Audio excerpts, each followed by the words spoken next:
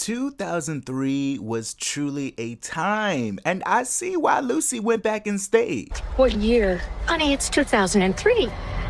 Time Cut is now streaming on Netflix. Listen, I'm not gonna call this movie low budget, but I do enjoy a nice low budget. I do enjoy a nice low budget Netflix film, and Time Cut really did deliver.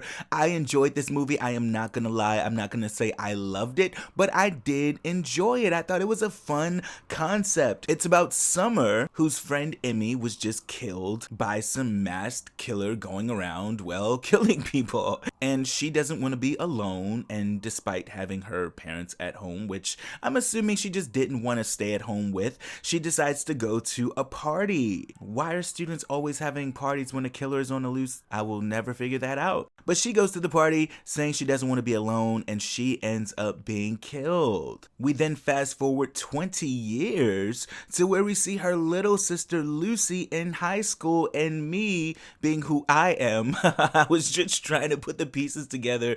So if this was 20 years ago and Summer was in high school at the time, and Lucy 20 years later is in high school after her sister's death, that means they never got to meet each other. I was really sitting down, putting one and one together while watching this movie. Again, it's 20 years later and they haven't found the killer. Lucy's parents decide to keep Summer's room, which is really cool to see because we see all the nostalgia from the posters and the old telephones, the classic 2000s music CDs. Lucy gets an internship with NASA, but her parents are hesitant about letting her leave home. On the anniversary of Summer's death, Lucy and her parents go visit the scene of the party where she was murdered. Lucy sees some sort of laser light in the shed and she goes to check it out, of course, because we are in a horror movie. She then finds this high-tech machine that has a date on it, which is the year 2003. Next thing you know, well, it's 2003 again, and Lucy is now part of this time period. She goes to the school where she is completely blown away by the fashions and, of course, sees her sister Summer. Lucy runs into her science teacher,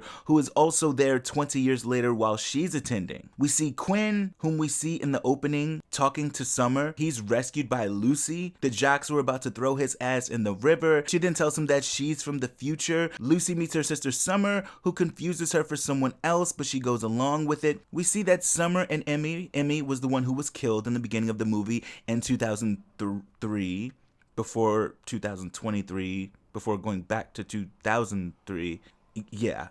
We see Summer and Emmy. They seem to have some beef going on. Lucy shows Quinn the time machine. She sees the difference with how her parents were with Summer versus her. They develop a bond. Lucy ends up trying to prevent some of the kills and actually causes more people to be killed. She connects with Quinn, who is also very intelligent. They bond over feeling overlooked. Lucy tells Summer the truth about her being from the future, and Summer is actually on board to help Lucy and Quinn prevent Emmy's death. They managed to save Emmy from being slaughtered alone at work on a secluded boat after several people have already been killed. Like, Emmy, your parents gotta do better, babe. We find out that Summer is in fact gay and has a fling with Emmy. Lucy has yet to tell Summer that she's on the chopping block. Lucy ends up being okay with Summer dying because she learns that their parents only had a second daughter, her, because Summer died. Which means that if Summer lives, then Lucy will never come to be. Lucy feels bad and ends up telling Summer that she is in fact going to be killed by this mass killer,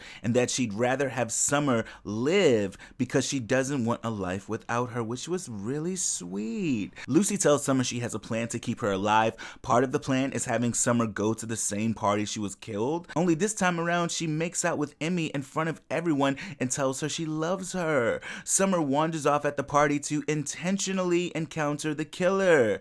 They set the killer up by trapping him with Summer and running his ass over, but he isn't dead. Girl, the killer gets up, takes off his chipped mask, and it is Quinn. But it's future Quinn. And it was also, in fact, Quinn who was driving, who just, well, ran his future self over. And I'm like, bitch, you're also the killer? They drive back to Quinn's lab, only for his evil-ass doppelganger to show up. Evil doppelganger was hurt because Summer turned him down, so planned to kill her and her friends. What a motive. That's quite the motive. Lucy wrestles evil doppelganger into the laser where they teleport back to the future, where she ends up killing his motherfucking ass. She goes back to the past and decides to remain there where she's happier. And I get it, girl, 2003 was such a time. The movie ends with a Michelle Branch song, which I thought was so fun and nostalgia at its finest. Okay, now the kills of this movie were pretty funny. Some of the victims didn't even try to live, girl, but you know, I get it. I get it.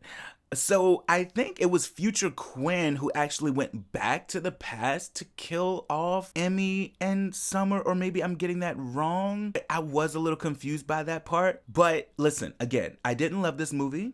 I didn't love it by any means, but I did like it. I thought it was a fun, creative concept, and I appreciate it. I do. I appreciated the writing. Some of it was a little corny for me, but I really love a timepiece and going back to a time and making a set out of those timepieces is always very cool and fun. Again, I thought this was a good movie. Not great, but it was good for sure.